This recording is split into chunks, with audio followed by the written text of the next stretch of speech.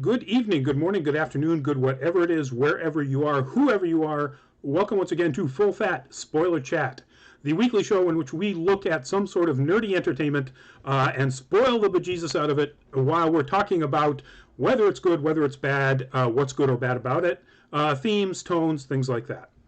I'm Rodney Brown. I'm the editor in chief of Nerd Caliber. I am first person shooter on the Facebooks as a cosplay photographer. I am Burley underscore adopter on the Twitters as a tech journalist and a bunch of other things. And my mic is a little hot, so we're bringing that down. There we go. Joining me tonight, let's see, we'll start with one of our stalwarts and the disco queen. Ashley, if you would introduce yourself. Yeah, I lost my heart to a Starship Trooper, everybody. My name is Ashley Lauren Rogers. I'm a playwright and a contributor to Nerd Caliber based out of Brooklyn, New York. And yeah, I'm really excited to jump in. Cool, cool. And we have a guest tonight. Jonathan, if you would, introduce yourself and tell us a little bit about yourself. Since you're a guest, you can go into more detail than either Ashley and I did, for sure. Sure, yeah, absolutely. Well, thank you so much for having me on. My name is Jonathan Alexandrados, they, them pronouns for me. I am a non-binary playwright, essayist, writer, Trekkie, toy collector. Most of my writing's about toys. Ashley, I have questions about losing your heart to a Starship Trooper, but it is better to do it to a Starship Trooper than to one of the bugs. So congratulations on that. I'm super thrilled to be here to talk about something that I love very much, Star Trek Discovery specifically. And I just really can't wait to dive in and yeah. So the obvious, really bad joke is that as a binary playwright, you write both plays and musicals? Well, non-binary, right? So I'm sorry, non-binary, yes. So you don't write any of them. The opposite. I don't write anything, which is accurate. Like, totally. Do you have anything that people can go see? Is there anything on YouTube or something that you can tell people about? Yeah, so there's a couple of different things that are options. So if you're interested in kind of my toy stuff, I have my book Articulating the Action Figure, which is the first collection of academic essays on toys. As far as other performances go of mine, yeah, I've been on a lot of my stuff is archived on YouTube and everything. So if you just search my name, shockingly, I am the only Jonathan Alexandrados on YouTube and possibly the rest of the internet. So it'll be me, whatever it is, good, bad, ugly, like, and then you can leave a comment being like, that wasn't very good, and I can be like, yeah, well, what are you gonna do? There are sadly a lot of Rodney Browns, and most of them are preachers, like fire and brimstone preachers. There's there's like a billion Ashley Rogerses, but they're all pitchers based in the Midwest, like softball pitchers, and it's just fascinating. That's wonderful. So, folks in the chat already sitting here, welcome to the show. Let's see, I have to scroll back up here a bit. Alone Patrick, you were in fact first, and sad that you're alone. Pablo Perez, welcome to the show. Bobby Dubose, thank you for the support. Thank you for being, welcome to the show. Thank you for being there for as long as you have. And Bobby, I'm going to give you a little bit of a tick here. When you put like individual letters in a row like that or statements, keep doing it, it knocks all of the comments out of my field of view, so I can't see when people are asking a question. So please try not to do that again. Waifu Pennywise, welcome back to the show. Princess Nikki TV, hello. And boy, there's so many comments here. Yeah, okay, it's all you guys. All right, excellent. And see if we got anybody real quickly over here on the Twitches. Nobody yet, or the Facebook Lives. Okay, nobody yet. All YouTube so far today. All right. So the topic is, of course, as you said, Star Trek Discovery, Season 3 specifically, but we're not necessarily going to limit ourselves to just Season 3. And as usual, what I'll do is I'll give you a little bit of history about Star Trek Discovery, but, I mean, Star Trek. So we're not going to do the whole Star Trek thing. TV series created by Gene Roddenberry all the way back in the mid-'60s. When it went off the air, it took a hiatus as far as any original content for almost a decade. Then it started up with movies because it was one of the most popular syndicated shows being shown in reruns literally ever created. Had a bunch of movies. Those were pretty successful with the original crew. And then they decided that it was successful enough that they launched a bunch of spin-offs from that point on. starting with the Next Generation, and then going into Deep Space Nine, Voyager, Enterprise, which I actually like a lot more than most people do for some reason, and so on. So we get up to Star Trek Discovery. After the J.J. Abrams movies, which sort of created a separate timeline for the original characters, they made it very clear that this was, while being a completely new story, set in the original timeline. Which raised an awful lot of questions after we saw the first season, and the second season particularly. So, and this is the way the big spoiler starts. Season 3, at the end of Season 2, and once again, folks, in the chats, we're spoiling this. You've been warned. It's right in the header up above me. There's spoilers. The end of Season 2, to save the universe, the main character, Michael Burnham, and ultimately then the entire Discovery, leaps forward in time 900 and something years. To the 31st century, yeah. Yes. And it's a huge change. Season 3 takes place in this 33rd century? I think 31st. 31st. In this 31st century. All right, sorry, Bobby, but see ya.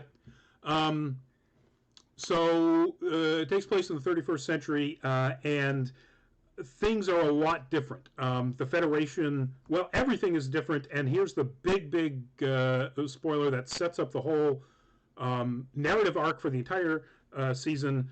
At some point, about a couple of hundred years prior to this 31st century, something happened to destroy almost all the dilithium in the galaxy. And space travel became much more difficult, or interstellar travel anyway, which led to people trying out all sorts of weird and different ways to get around it, which brought back some of the ideas that had been bubbling around for different types of faster than light travel back in previous series. I was going to say episodes, but no, series. And that's pretty cool. But the entire narrative drive of this season is what happened, what can they do to fix it or get around it, and how is the Discovery going to survive in this much less unified galaxy. And that's a wonderful narrative start to go with. And so that's what we're talking about is Season 3. So we're going to jump into things that we liked about Season 3. If you want to, since we've not discussed Star Trek Discovery at all in the show, you can certainly talk about larger things about Discovery as a series. But try to keep them to Season 3. And again, to get Jonathan, to get you a sense of how we kind of do this, I'm going to go again counterclockwise. So Ashley, let's start with you. Things that you liked about 3, things that you didn't like, and basically what worked for you. Yeah, I mean the entire show, just to sort of like go big and then get small into Season 3, like the entire show felt very much to me, and I've never been a Star Trek person. I have seen a season here or there, Next Gen, popped in and out. I'm starting Deep Space Nine now, but like for me, this was very much a like, all right, what is this? Cool, I like Michelle Yeoh. Let's go here, and it was really tough to start, but like once they got their momentum, it was a really good series. And so I started to get to know these characters and started really enjoying these characters. And I think that for me, one of the big things about Season 3 that I loved is that they did that thing where you have a group of people, a large group of people that you've gotten to know and that you love, and then throw them into a completely new situation with completely new external issues and completely new things. And for me, I think that worked really well. It was quite a gamble because that immediately they were already facing a lot of criticism from a lot of other critics about it not, quote unquote, feeling like Star Trek and not, yeah, it's a little, but for me, this that's an actual quote. No. Oh yeah, I believe. It's like real articles. They're just like, it's not the Star Trek I remember. It's not like, and they literally, for season 1, it was very much a like, this isn't your dad's Star Trek. And then like midway through season 1, the producers were like, oh crap, they want their dad's Star Trek. Let's course correct. Can we? No, we're gonna do some things the same, but we're gonna do some things a little different. And I really feel like they've gotten into their stride, and this season is just amazing. I love the new characters. I love all of the like. I love that. I really didn't think we were going to get to the bottom of why there was such little dilithium in the universe, and to have that be that final. Like that final twist was actually incredibly shocking for me. I was like, oh, I thought this was going to last like the rest of the series is finding the answer to this. Yeah. But yeah, okay. So those are like the major things, and then the obvious answer, the new representation. We've got a trans character portrayed by a trans actor, and a non-binary character portrayed by a non-binary actor, and I know that we're going to get into that a little bit more, but like it's been a long time coming in Trek, so. It was literally what forced me to say, all right, I guess I'm going to finally watch this show. So I'm so glad that I'm here for the ride. Awesome. So given that sense of how Ashley laid things out, Jonathan, what did you like about it? What didn't you like? What worked for you? So I think just first of all, echoing everything Ashley said, I think is spot on. But I also just want to say for myself, I have seen every single season of every single series of Star Trek, including the animated series and the movies, and I've read a chunk of the books and the comics. So when I tell you that season 3 of Star Trek Discovery is my favorite Star Trek season, this is where I am saying that from.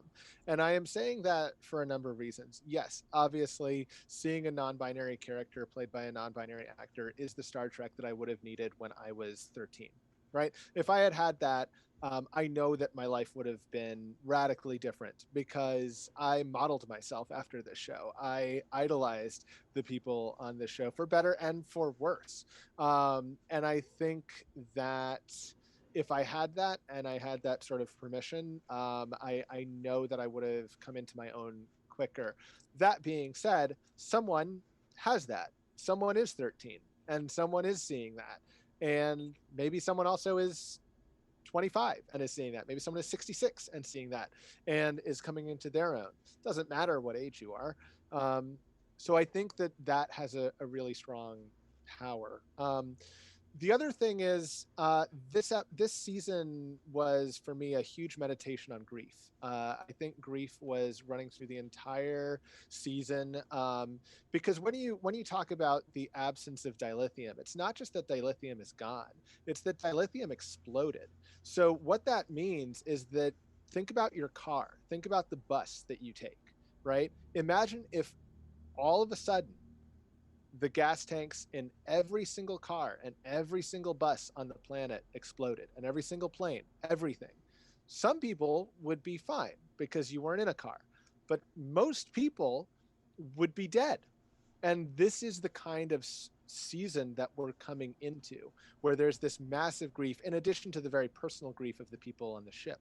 So the way in which the show kind of has to make that Freudian choice of, do you sort of become melancholic, which we see some characters do, or do we obsess on it until we can move past it and find some sort of a solution and a sunrise? And that is essentially the arc of the show, and it does that, I think, in a very clever way. So that is all stuff that I love. In terms of things that I don't like, I'm with the narrative arc of the show 100%. We can criticize specific things. I just don't like that there aren't any toys. You know, I have my little Michael Burnham right there, and I wish that there were more, and I can talk more about why there are no toys if that's a prudent conversation to have. But that is something that does not sit well with me. That's it. So they need to go back to season 1 and make a tardigrade toy, damn it. Yes. I do have the Eagle Moss tardigrade model. So they They did. do? Okay. There's a little model of that. Thankfully, that exists. Yes. Awesome. But I do want articulation. Oh, good point. To your point about being an influence on kids, as a young teenager, I idolized Spock to the extent that my family would tell me to please shut up and stop talking like a robot, because I try to be as emotionless as possible. So yeah, I get that. Believe me, I get that. Well, first off, Mr. Krakowian, welcome to the show. Welcome back. Good to see you. Waifu Pennywise asks, when did the people who produced the series make these characters, the trans and non-binary characters? So they're introduced in this season, so I assume they were, the idea was created and they were written in between seasons 2 and 3. But I don't know that for sure. This might have been something they've been planning for a while. I just don't know. I also don't know whether or not they actually had... what is Tig Notaro's designation? Yeah, Tig is a cis lesbian. Okay. Tig is amazing. I'm so glad when they introduced Tig Notaro in season 2, honestly. In season 2, they introduced this cis lesbian actress, Tig Notaro, as another engineer.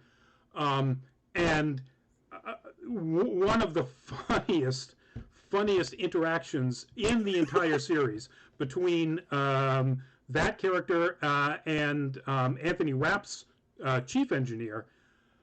It's just chef's kiss. It's hilarious. Tig Notaro is funny. I am 100% positive that the constantly snacking thing is an actor choice. 100%. I bet she's just hungry. Is honestly that's a choice that like Robert Downey Jr. makes in all of like he would hide food everywhere in the Marvel things. Exactly. So yeah, like I bet anything she's just like she would absolutely have this granola bar because I want this granola bar right now. Yep.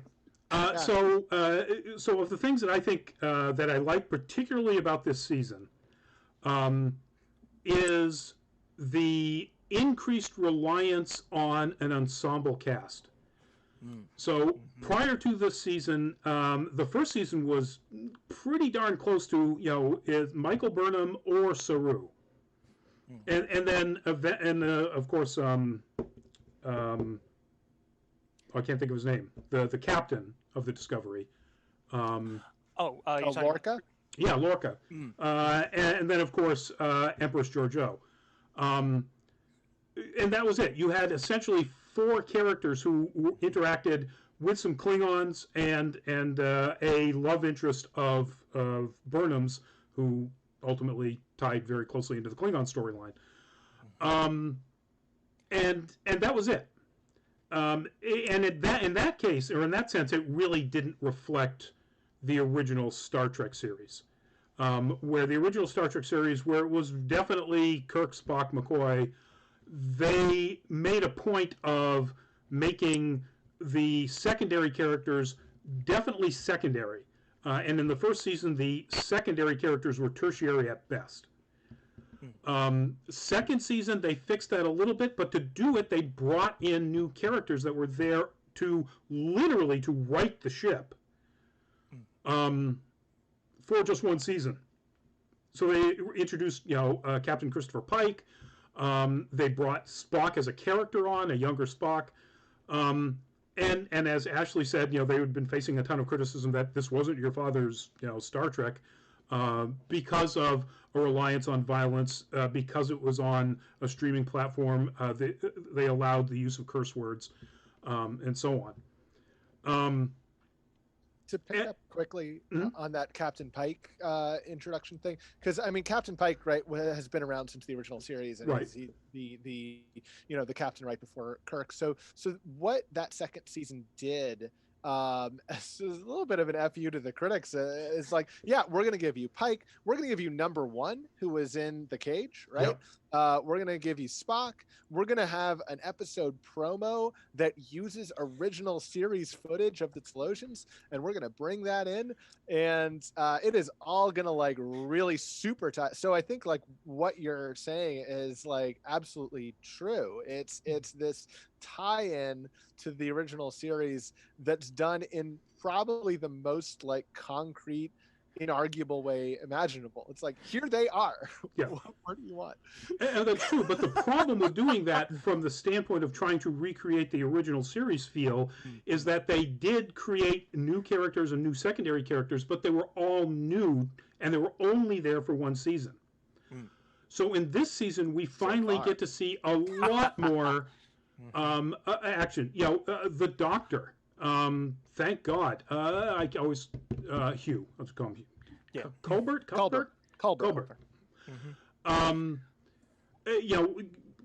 He's a great actor.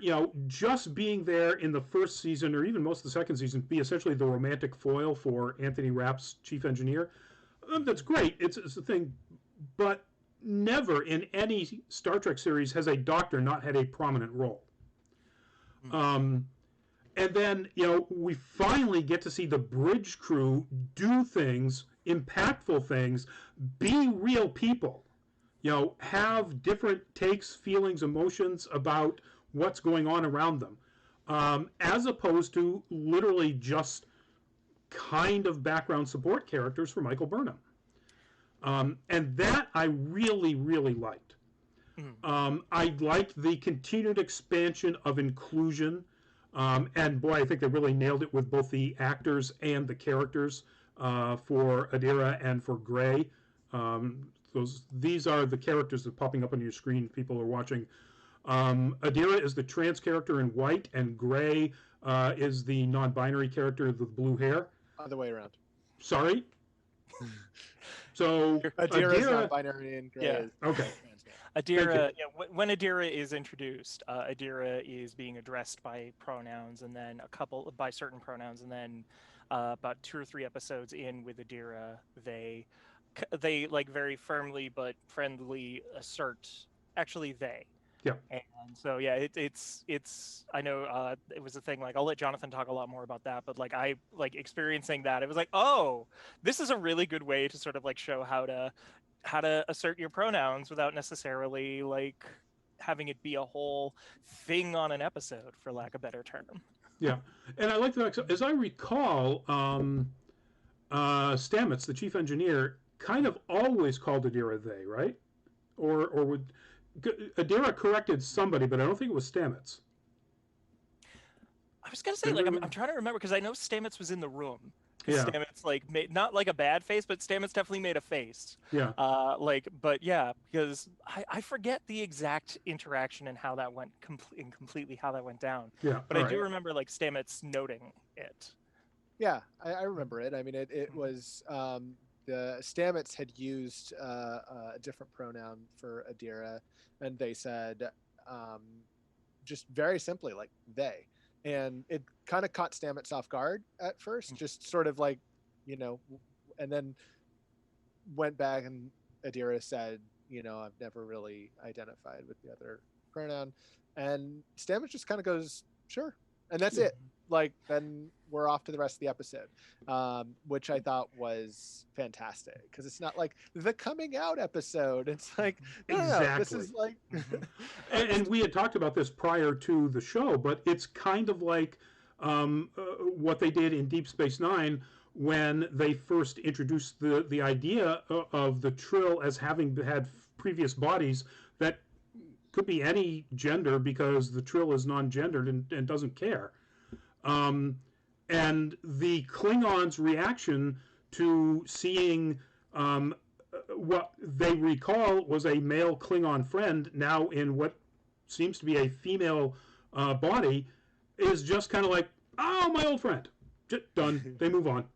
And yeah. It's nice to see that they don't make a big thing of it. Although even all the way back then, they didn't make a big thing about it, and they still don't. Yeah, and you're referencing Next Generation. That was from Next Generation, right? I know, that's Deep Space Nine. Oh, was it? Okay, DS9. Yeah.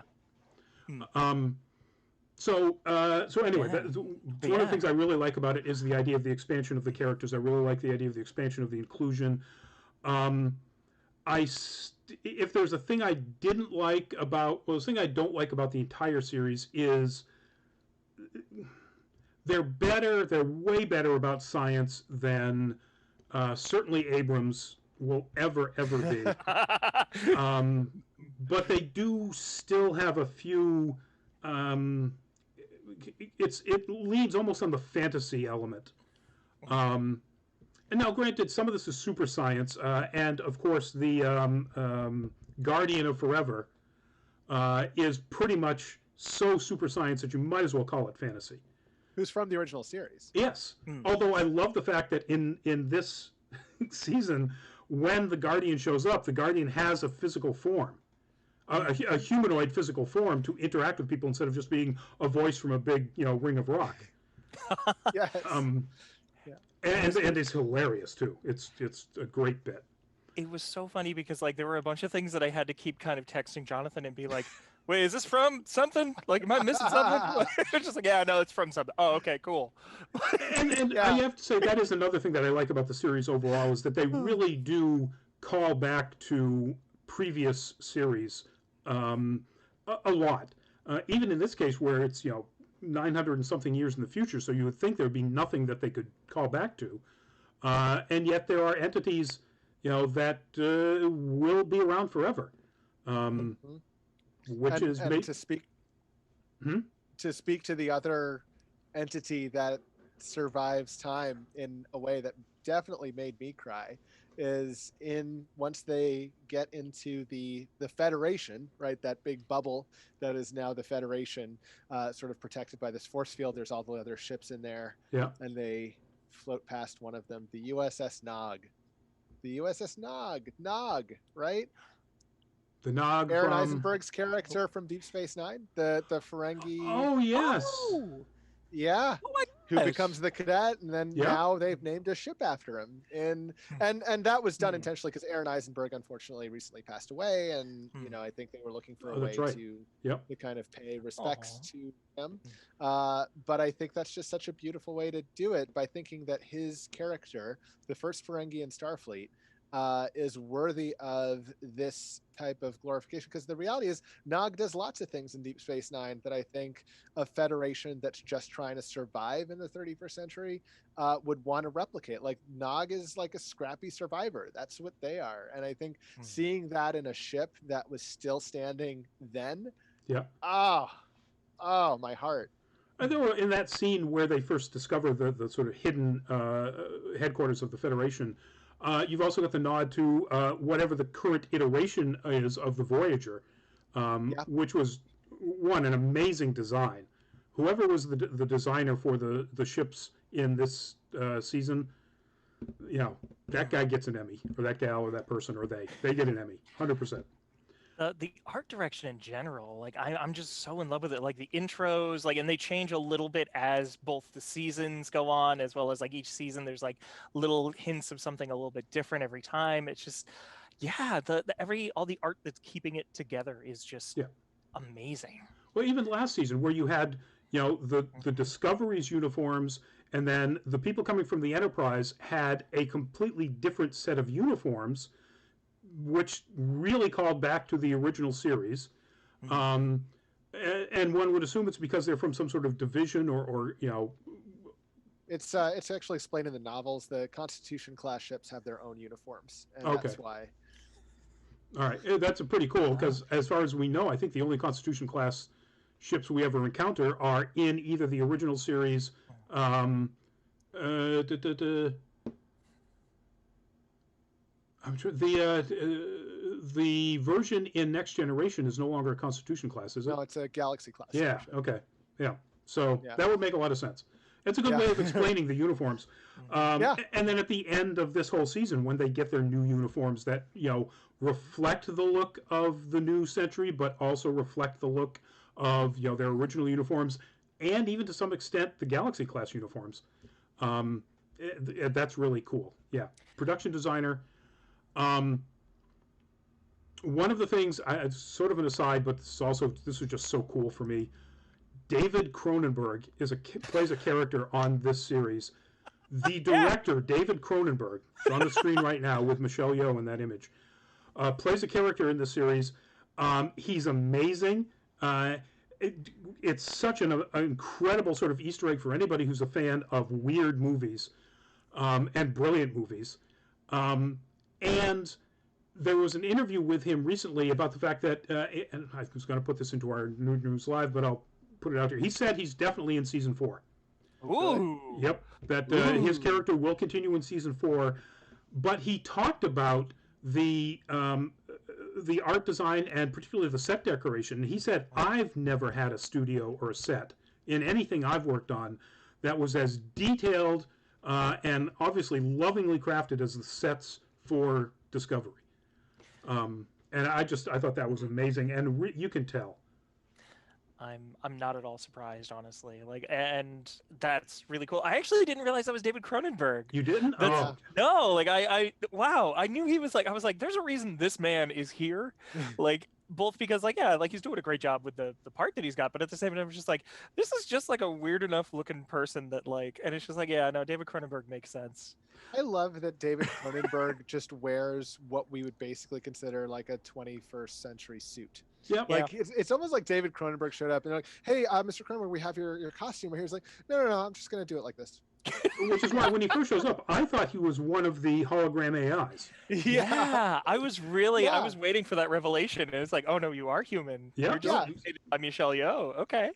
Well, can you imagine like walking into your workplace and seeing someone in like a Victorian ball gown or something? That's like kind of what it is in the 31st century. Yep. And you're just like, or like a toga or something, and it's like, I was gonna say, as someone who did a lot of steampunk performance art, yeah, I've been the person that walks into my space of work in a Victorian ball gown, so hard to say, but I'm with you. I hear you.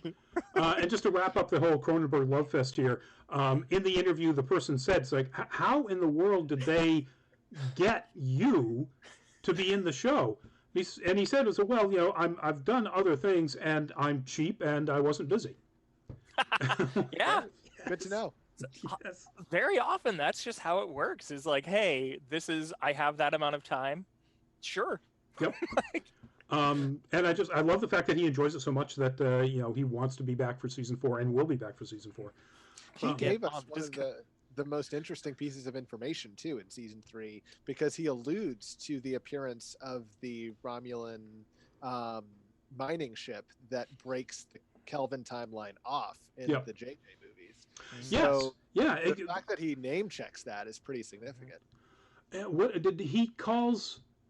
He cites 2 instances of universe-altering time travel, right? Yeah, and it's basically the split to the Kelvin timeline, and then the person who came back from it, basically wearing the what looks to us like the season 1 TNG uniform, which they recreate in a hologram. So it basically means that there was some travel between the two, which is interesting. Yeah, I think that's fascinating. I think it's wonderful that they have sort of connected this, even though please don't let it be part of, you know, any of the ongoing shows. But just the idea that they have connected the fact that to them now all of these realities are real. They all exist in some fashion. Yeah, I forgot about that. That was a wonderful reveal. I also thought the plotting of the narrative of this season was super tight. I mean, the idea that ultimately when we do find out what caused the burn, the thing that, you know, caused all the dilithium to explode, it is a derelict spaceship and a reaction with just a massive amount of dilithium through a hollow deck that's the entire spaceship at this point, and an emotional, just horrible outcry from one of Saru's people, a Kelpian. And it's just like, wow, how they just really tied so many elements together, including when in sort of the middle episodes when they were in the Terran universe, really nailing down what the Kelpians are like for the Terran, inside the Terran Empire, as both slaves and a food source. Just unbelievably tight plotting. Sometimes with some of these specific ways they got to that plot point, you know, there was a couple of moments of weak writing, but that's, you know, it's, you know, a series, and no episode is going to be 100%. for me, when they did wind up going to the Trill homeworld, the way they represented the very mystical, not scientific at all aspect of what the Trill and symbiote relationship is, I didn't care for that. And I didn't care for the way they executed Adira's problems there and the solution to that. I thought it was clumsy and facile, that it was just too easy. Yeah, while it was there, I think I turned to Diana and just said, like, hey, this is like that Avengers movie where Thor took a bath. And it was just like, yeah, like some of it was good, some of it was a little like, okay, why is Burnham in Adira's head? Like, okay, sure, I'm gonna roll with this as long as it solves everything and everything's great. Yes. Yeah. Nobody can ever get in this thing except Trill. Yeah. Well, okay, you can. Yeah. Okay, and I guess your friend. Like, go in there, friend. I liked that Adira could survive what Riker basically couldn't. Yes, actually, yeah, that was kind of fun. yeah. No, I don't have a problem with what happened with or how Adira got through it. Right. Well, or the fact that Adira got through it and what the implications are. I have a problem with the way they wrote that happening. Yeah. I hear that. So I hear that. I was also just so happy on the homeworld to see that the person essentially in charge was, and I can't remember the actor's name, but she is on Schitt's Creek, and she plays like oh yeah, I loved it. I was like, wait, I know you. Like, great, good, get money, get Star Trek money. Yeah, there was a lot of great, from Cronenberg. And then all the way down to, an appearance like that. Just really wonderful surprise characters. Not quite so Mandalorian level. But still, well, like even CBS isn't Disney. Yeah, but even so, and they paid a lot of money, obviously, for that art direction in those, sets. Or just the CG, the transformation of Book's ship. Holy crap! Anytime that happened. And when it was happening at high speed, I was just like, I'm all 100%. And somebody put all their money into that CG. Yeah, and Top Gun Kayla Detmer out there, just piloting the heck out of that thing. Yep. Oh my God! Like, don't she just handle it? It's like. It's a 31st century ship. It's modular. Whatever. I got it. And again, that's just one of those little bits of, there's a secondary character getting their moment. That's a Sulu fencing in the hallway moment. Yes. Yeah. I am so excited to eventually learn speculation, but I am so excited to eventually learn that the cat that Book has is not actually a cat, but is in fact a queen of somewhere. Because the way that he keeps like, she's a queen. She's like, queen. no, she's a queen. Like, she absolutely is, and we're gonna find this out in a season.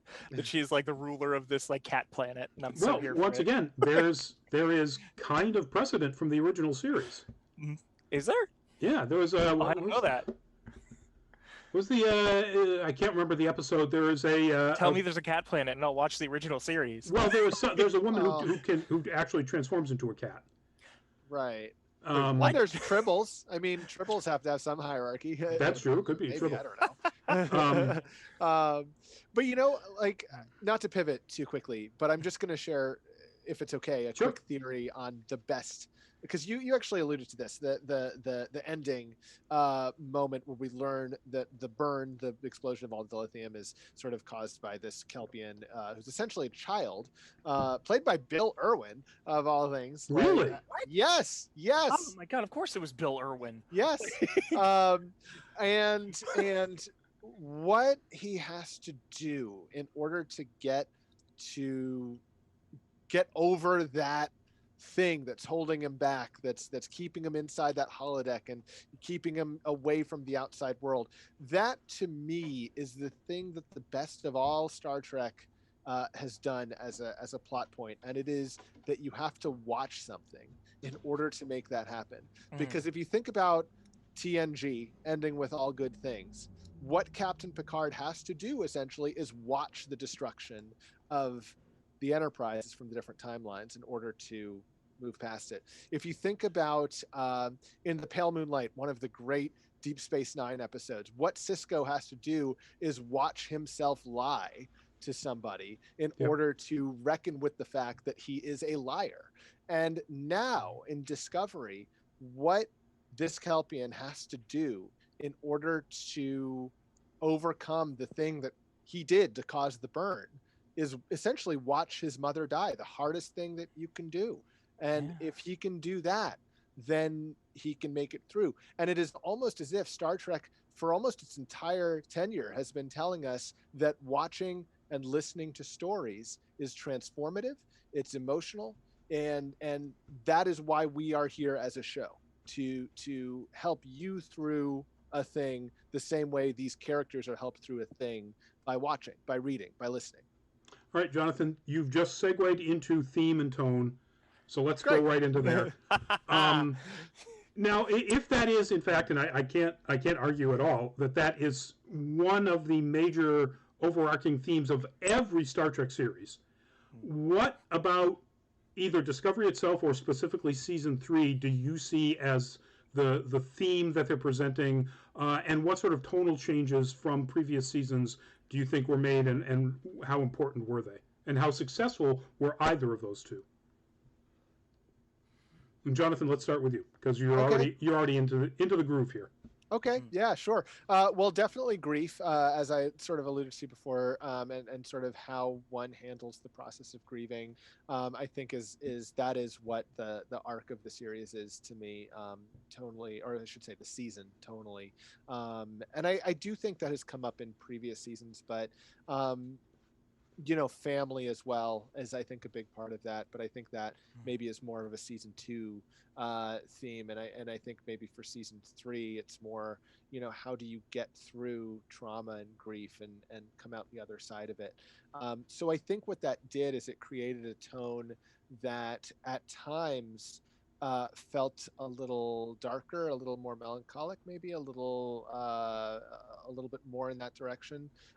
But I think that the payoff for that was the light of sort of the last episode, and to me it felt earned. I that's one of those probably taste-based things that I think maybe some people could disagree with, which is fine. But to me, that felt earned. Cool. And let's go around the other way. Ashley. Yeah, I mean, how can I possibly follow up, Jonathan? But I would also add, I think, as a major theme, the idea of failure and the idea of kind of like what Jonathan was saying, like there's a phrase like the only way out is through. And like particularly you look at like Michael, who essentially was a mutineer and was supposed to serve time, and in serving time became part of this crew and sort of like found the way to not be untrue to herself, but move up to the point where now she is captain, which I don't like, and this was the thing I had to check in with again Jonathan about, like, have we ever followed someone who wasn't the captain as the main character in a Star Trek series? And really this was like one of the first that we've seen, but it was more the journey to becoming captain and sticking with your guns and making the tough calls even when it's the wrong time, even when it's not good, and living with that. And I think those are the main themes, and so because of that, like, the tone is a lot darker, the tone is a lot more falling into this place of living with your failures. Yep. And that's not a bad thing. I think that all of those are true. I think that for me the entire series so far is thematically about redemption. And I remember when the series first started, it's like, okay, the main character is going to be a lieutenant. And I'm like, okay, the main character isn't going to be the captain of the ship. And then right out of the gate, commits mutiny, starts a war with the Klingons, winds up in prison. And I'm like, really? And ultimately, over the course of 3 seasons, you talk about playing a long game, over the course of 3 seasons, we get to the point, and 900 something plus years, where the main character, Michael Burnham, is now in charge as the captain of the Discovery, of the title ship. But even in this particular season, you've got the very small redemption arc of Book's friend, the Andorran, who had been helping out the Emerald Chain slavers, basically, and then ultimately winds up, as as a hero. A pretty reluctant one, but that's great. They kept the character consistent. Giorgio's redemption, just fantastic. For somebody who loves Michelle Yeoh and who loved the character, can you imagine how nice it would be? Wake up every day, it's like I get to be, somebody who ruled an entire galaxy and be that bitchy every episode. Yeah, and she's getting her own show now, so that's. Wait, what? Yeah. I'm watching that the day it comes out. Are you kidding me? I have not heard anything about that. No, the episode where she travels through to the time when the mirror and our universe were closest together. Yeah. That is sort of like the almost backdoor pilot to her sort of. That's what they want for her, as a spinoff, and so it'll be whatever that is. Yeah, so yeah. All the fingers crossed. Yeah, same. Yes. Because that was one of the saddest things for me, is knowing that character was not going to be on this show. Mm-hmm. It fulfilled a type of role that is so often not part of shows like this, where you get somebody that isn't exactly an antagonist, but also isn't exactly a protagonist anymore. Mm-hmm. And can function as both, given the needs of a given situation, and often does.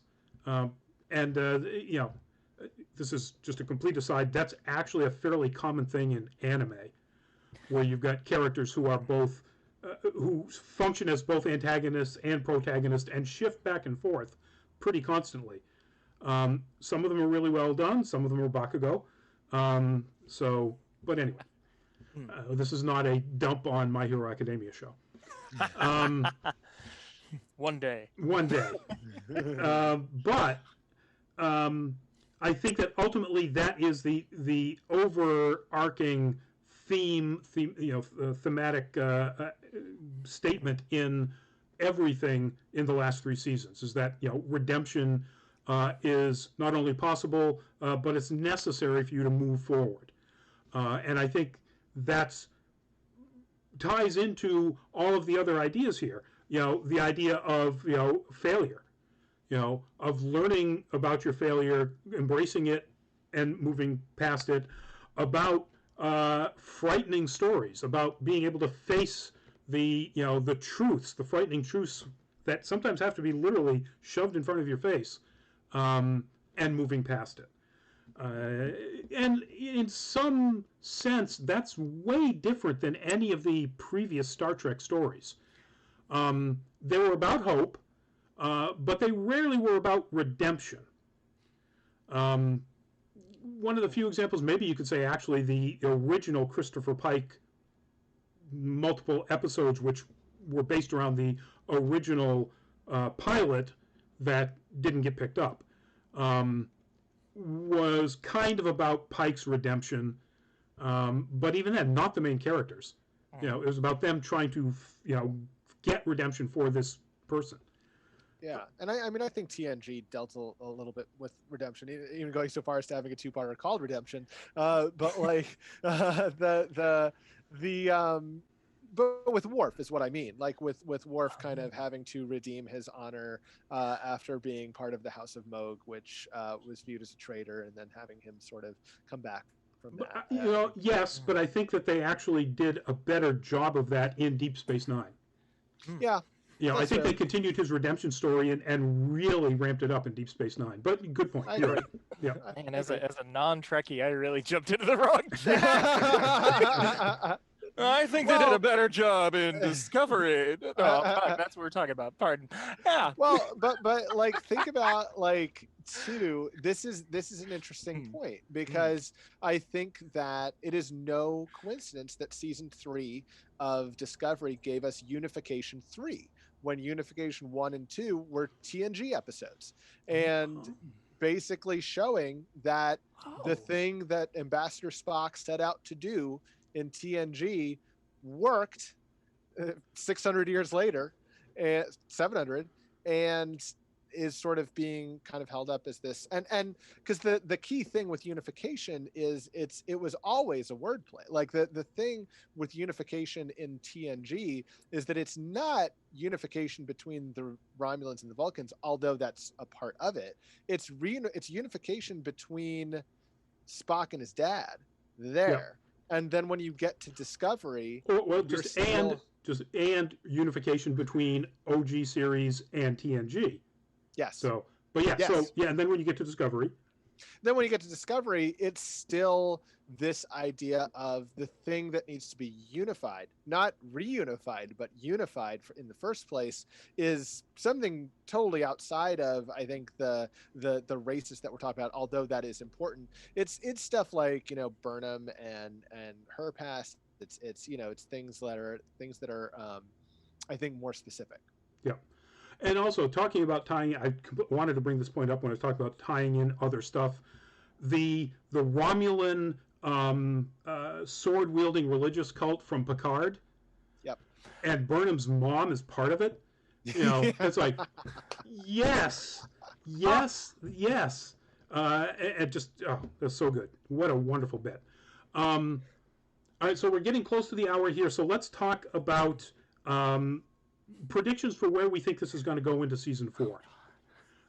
So again, we'll start. Ashley, let's start with you. And what do you think?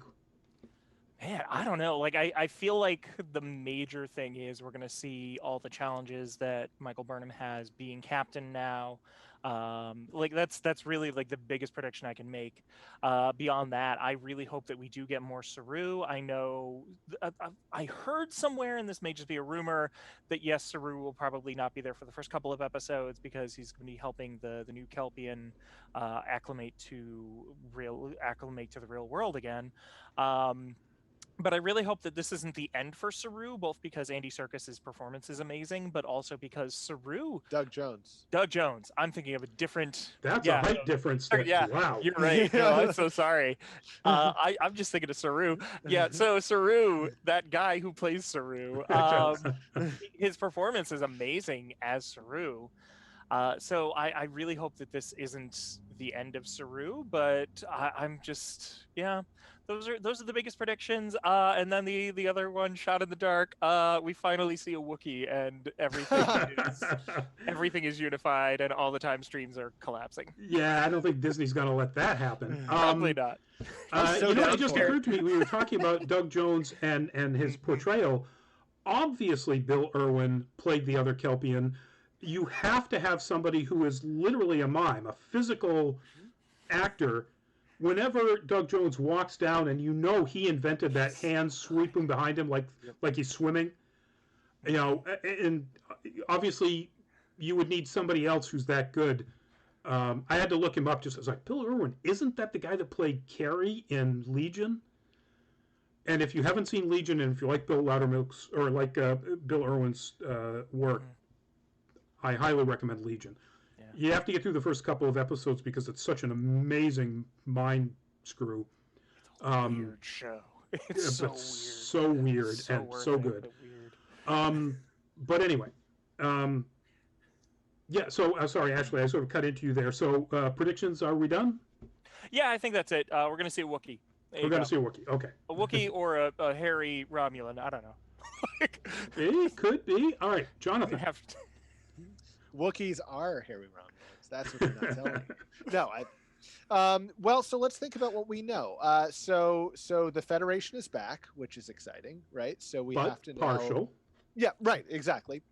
So we have to see what is out there or who is out there that would then want to join this thing. So that could open the door for some really interesting new discoveries along the sort of road of exploration, which is what the original series was. I mean, what Star Trek is at its root is an exploratory mission. It's not something to it's not a battle. It's not a wartime mechanism, or at least it shouldn't be.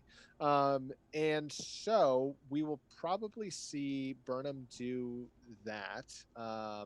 And Discovery has been really good about throwing us sort of these curveballs through new characters and new plot lines that we sort of recognize from the past. So I would expect some more of that to be kind of mined and thrown our way in season 4, which I think would be very exciting.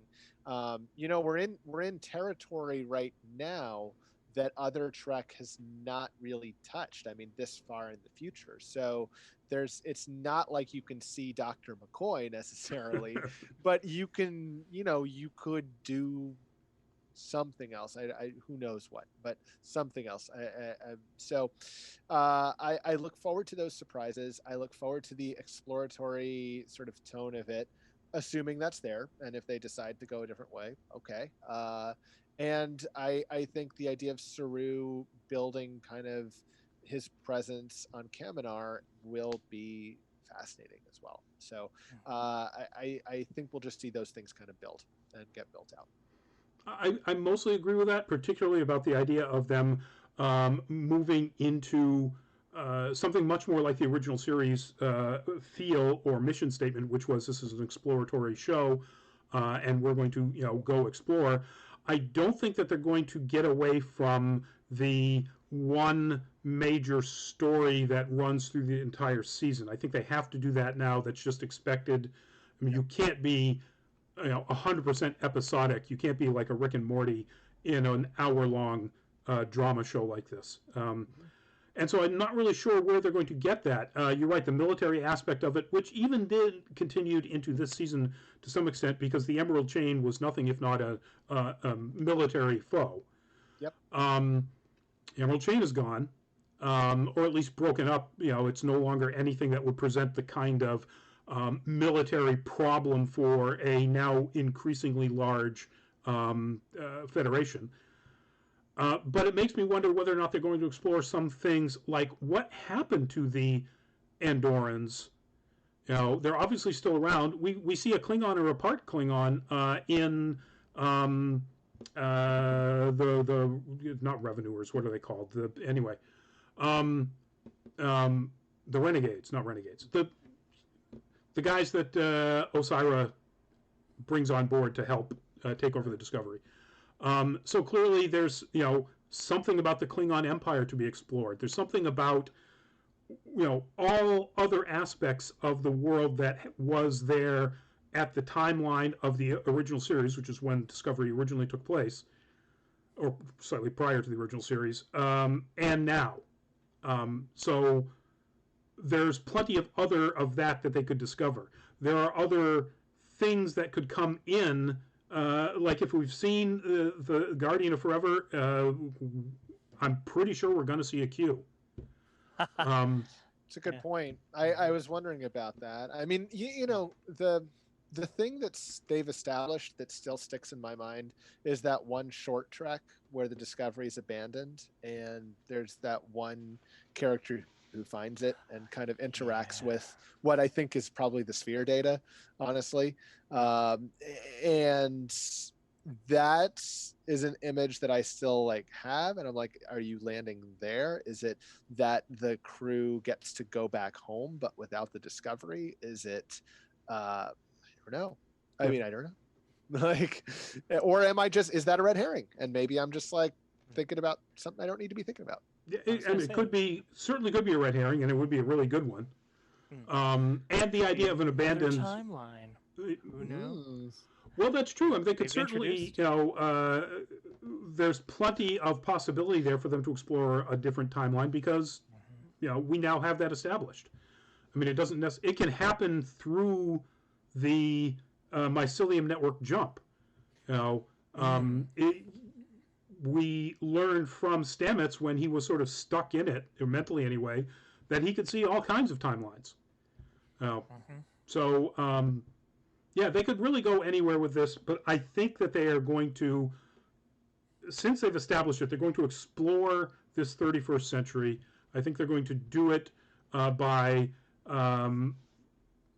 tying it into something that ties back to their timeline, whether it's Andorans or Klingons or whatever, and what they're like now. Because now they found the Federation, they got to find out what other things are left. Mm-hmm.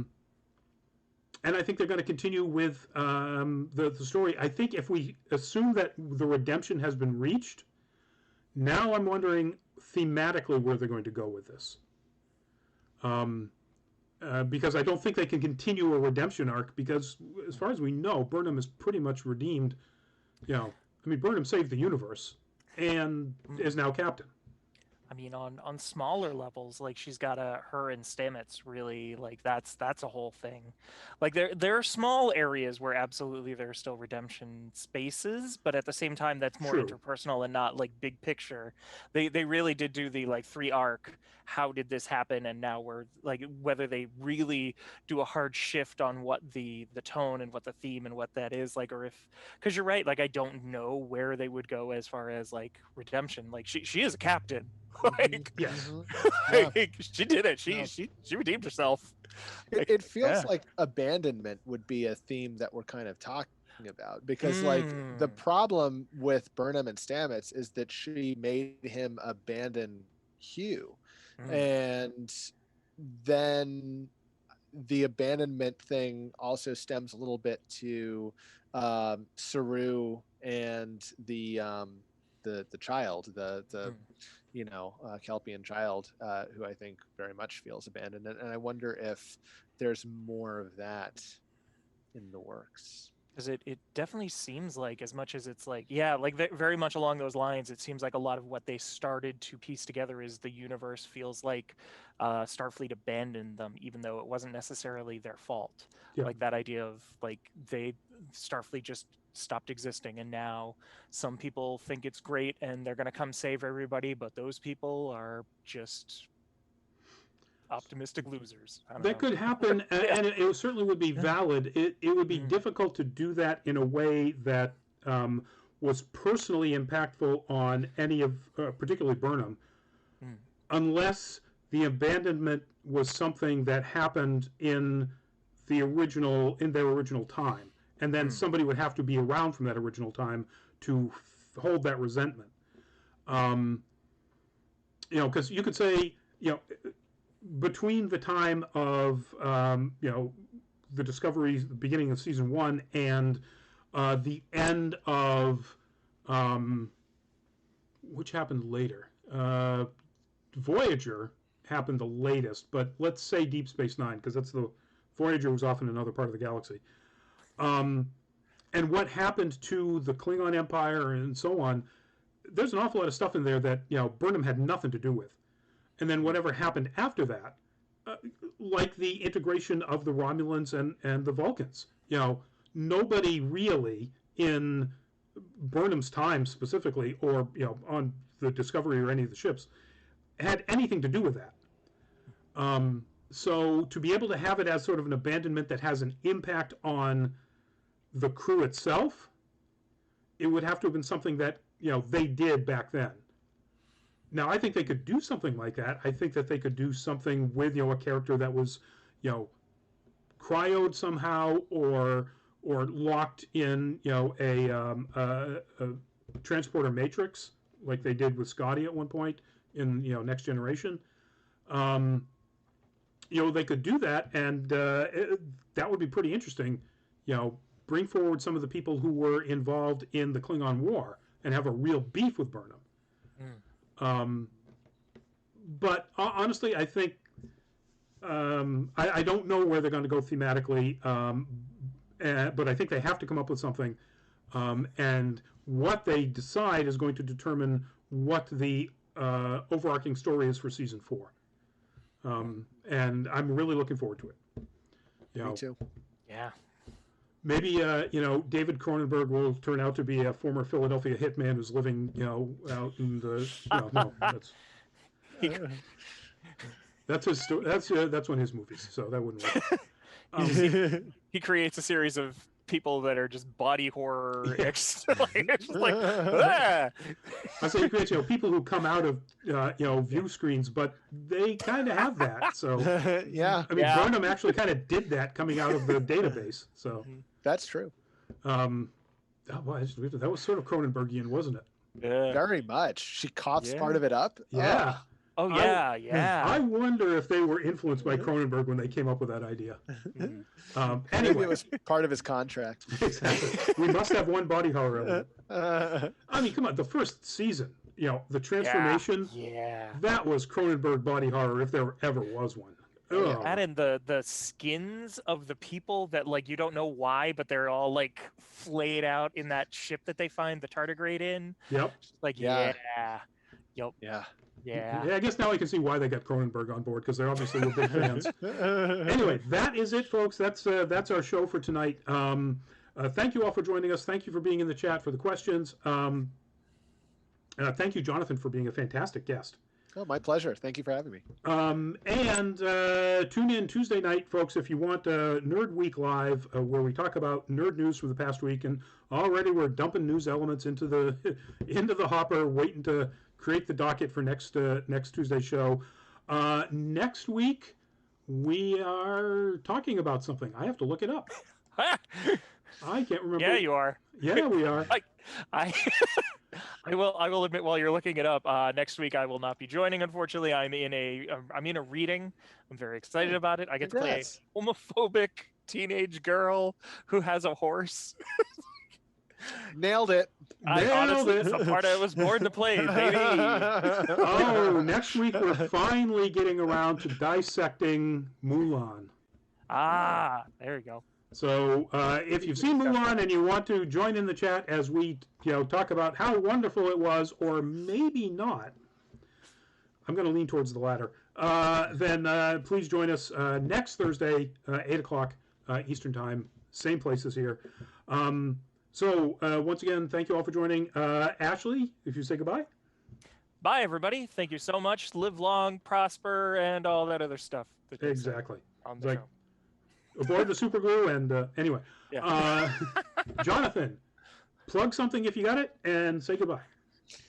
Thank you so much for having me. If you want more toy content, I am on Instagram as @toy_circus.